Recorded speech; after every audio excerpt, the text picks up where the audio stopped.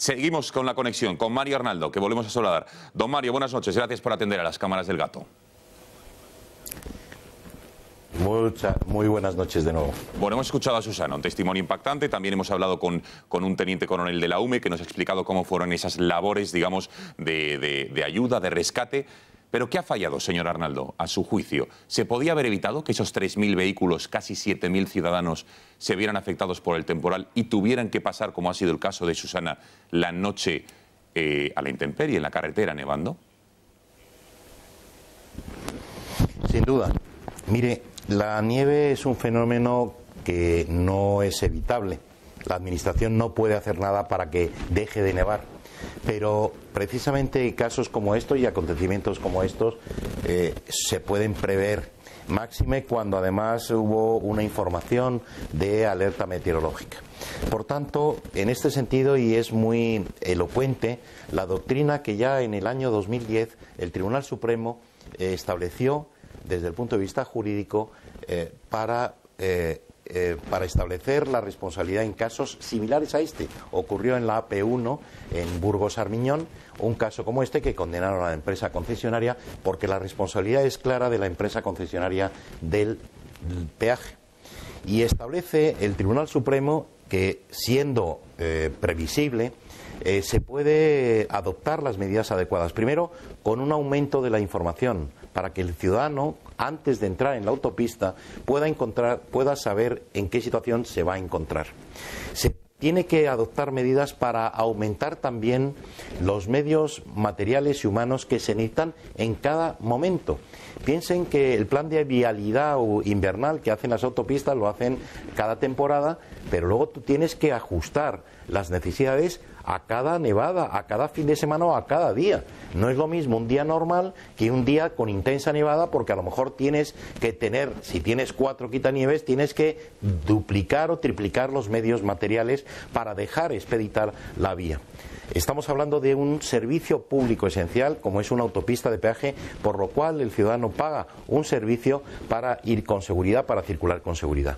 Pero es que además, fíjense, también precisamente el Tribunal Supremo establece que se tiene que informar de los posibles accidentes que se pueden producir. Es decir, que es normal que se pierda el control en estas circunstancias porque haya personas que, teniendo precaución o no teniéndola, puedan tener un accidente, y también se tiene que prever la actuación inmediata para que no quede bloqueada la autopista. Y en última instancia, prevé que se pueda cortar, si es inevitable, esa autopista. Y quiero recordar una cosa. Miren, ustedes recordarán que en el año 2013 empezó un fenómeno en Cataluña, precisamente de gente que no quería pagar el peaje, no vull pagar. Bueno, pues se tuvo que modificar la ley de autopistas precisamente, y en el año 2013 se estableció, para evitar y para poder denunciar a quien no pagaba el peaje, se estableció y se le otorgó la condición de autoridad temporal a los empleados de las autopistas. Es decir, un empleado de autopista, una ausencia de la Guardia Civil o de la autoridad, se convierte en autoridad y puede decidir el cierre de una autopista, y además incluso aquel que no está en condiciones de circular porque no lleva cadenas, porque no tiene dibujo en las ruedas, se le puede inmovilizar el vehículo, se le puede ordenar e impedir que pueda acceder. Bueno, quiero recordar además que la circulación de vehículos a motor no es una actividad libre y, por tanto, la Administración tiene responsabilidad. En este caso, la autopista tiene la responsabilidad, y por darle se puede pedir una indemnización que, para tengan una referencia, en el año 2004 que ocurrieron estos hechos, el tribunal fijó solamente como daños morales 150 euros por cada perjudicado por daño moral, con independencia de que luego después la gente pueda acreditar otro tipo de daño. Pero además es que la devolución del peaje, por supuesto, aquel que haya pagado, pero sobre todo que también hay que tener en cuenta que no solamente es la autopista de peaje, sino la Administración, la Dirección General de Tráfico. Y yo me he quedado perplejo de las declaraciones del director general de tráfico tratando de responsabilizar a los automovilistas que quedaron atrapados.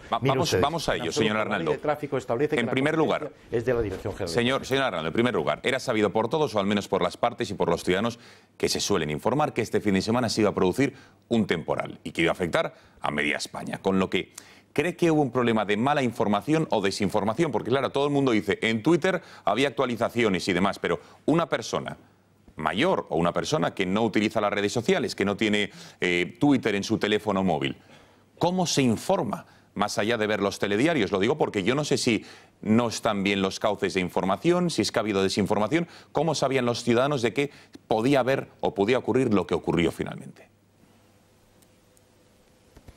Mire, fue una inadecuada información y prueba de ello es que 4.000 personas quedaron atrapados en una autopista, en una ratonera. Es decir, la información no funcionó y uno se puede informar primero. Hay unos postes que nos hemos gastado mucho dinero en esos paneles. Yo no solamente puedo tener información a nivel nacional de lo que ocurre en el País Vasco, si no voy a circular el País Vasco y circulo por Andalucía.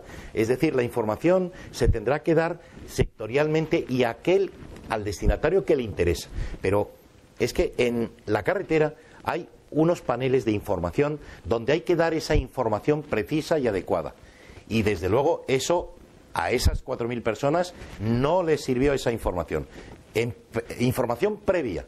En segundo lugar, si era impracticable, porque puede ser, porque hemos dicho que la nieve, un temporal, puede ser impracticable. Pero atención, vamos a diferenciar este fenómeno que era previsible con la caída de una luz. No se ha caído una montaña de repente y se ha caído al sur y se ha cortado la autopista. No. Era una cosa prevista. Tenía que haberse evitado ese corte. Claro, pero es que no se adoptaron los medios necesarios. Bien. Y además no se cortó, si fuera necesario, no se cortó, que se hizo el domingo. El domingo sí hubo cortes intermitentes para impedir el colapso. Pero entonces vamos a ver, señor Arnaldo. La inadecuada información a lo largo del atrape. Sí, lo digo para intentar ser lo más didácticos posible. Sí, la AP6 es una autopista que tiene una concesión, en manos en este caso de Iberpistas, de Abertis, que es la que gestiona, digamos, el servicio de esta carretera de pago. El Gobierno y la DGT dice que es la responsabilidad de Abertis, ya que cobran a los vehículos por circular por ahí. ¿Quién tenía la última palabra? ¿De quién es la última responsabilidad? ¿De la concesionaria, que es la que podía haber dicho se circula o no se circula, o del Gobierno? Lo digo porque aquí todo el mundo está escurriendo el bulto y aquí intentamos ser ecuánimes. No, la responsabilidad es de la autopista de peaje, de la concesionaria. Y es a quien se le puede pedir la indemnización, con independencia de la responsabilidad que pueda exigir desde el punto de vista administrativo el Ministerio de Fomento o sancionar si ha incumplido. Pero estoy hablando la responsabilidad respecto del usuario, del consumidor, que es el automovilista que ha utilizado esa autopista. Y por eso he dicho que puede y tiene la potestad la empresa concesionaria. Pero atención, no nos equivoquemos, porque esas decisiones de aquellos tramos de autopista que son de su responsabilidad. Pero es que hay otros muchos tramos que son los que canalizan desde zona libre y abierta, que depende del Ministerio de Fomento, hacia la autopista, que ahí la autopista no puede actuar. Y es la Administración y la Dirección General de Tráfico quien tiene la potestad para decir si yo en Adanero, antes de entrar, desvío la atención, que es lo que ocurrió en este caso que acaban de comentar, de esta persona que afectada, puede desviarte a la Nacional 6, a la Nacional, o ir por la autopista. Es ese tramo que depende no de la concesionaria. Por tanto, aquí no desviemos. Sí, la concesionaria tenía que haber evitado y tenía que haber tomado la decisión, pero también la Dirección General de Tráfico. Vale, señor Arnaldo, decía Susana, esta ciudadana que hemos entrevistado, ha corroborado, digamos, ese mito que hay en España, que le pido que nos diga si es cierto o no, de que las autopistas de pago, digamos, tienen mejor reputación a la hora de pues que no se produzcan este tipo de fenómenos que las que no son de pago, que las nacionales o las que no son A, las que son únicamente pues la A1, la A2, etcétera, etcétera, ¿no? Es decir, que las de pago tienen, digamos, mejor, en fin, dan mejores servicios. Usted corrobora esto porque unas dependen de Fomento, del Estado, y otras de la concesionaria. ¿Cuáles tienen mejores servicios y son más fiables en este tipo de inclemencias meteorológicas? Mire, son todas igual de fiables. Son todas igual de fiables. Lo que pasa es que la percepción que tiene el usuario es que precisamente una autopista de peaje, precisamente pagas un peaje por ello, es mucho más segura. es mucho más segura que una carretera nacional, en este caso la comparación de uno y otro. Es decir, no, y por eso, y hay una cuestión que por eso está en el debate de si recuperar el Ministerio de Fomento la explotación de las empresas de las autopistas de peaje. Es una cuestión de dinero, de quién lo explota o quién no lo explota, pero desde luego una autopista de peaje sí es mucho más seguro, pero en estos supuestos tiene que estar perfectamente mantenida y tiene que estar la empresa concesionaria o el Ministerio de Fomento, que en definitiva es el titular de la vía. Es el que tiene la responsabilidad de mantener en buen estado y de seguridad estas vías de circulación rápida, ¿no? Bueno, y ya por último, señor Arnaldo, me gustaría... Nos ha explicado Susana qué es lo que le ha recomendado la Guardia Civil, en este caso depósito lleno, era apagar el motor, dejar el contacto y la calefacción. ¿Qué es lo que hay que hacer en el supuesto de que Dios no lo quiera? Vuelve a haber una noche como estas, vuelven mañana las bajas temperaturas, se prevén nevadas. ¿Qué es lo que debe hacer un ciudadano que tiene la previsión o la certeza de que va a pasar toda la noche dentro de su vehículo con temperaturas bajo cero? ¿Cómo se afronta esos momentos para no morirse de hipotermia? Que nos ha dicho, por cierto, la UME que tuvieron que atender varios casos. Sin duda, yo espero que esto no vuelva a ocurrir, pero en cualquier caso, eso es lo que hay que tratar de hacer. Y sobre todo, lo importante no es lo que ya puedes hacer cuando te ha ocurrido, es la prevención, una buena información, siempre dotar en previsión y ser mucho más, digamos, exagerado.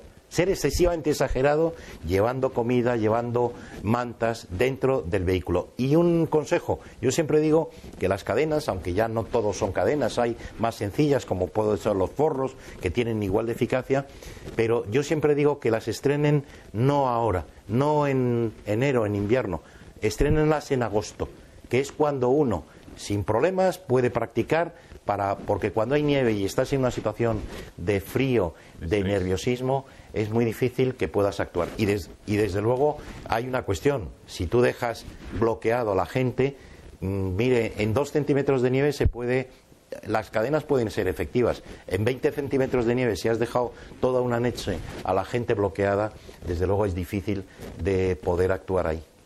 Mario Arnaldo, presidente de Automovilistas Europeos Asociados, muchísimas gracias por haber atendido a las cámaras del Gato y buenas noches.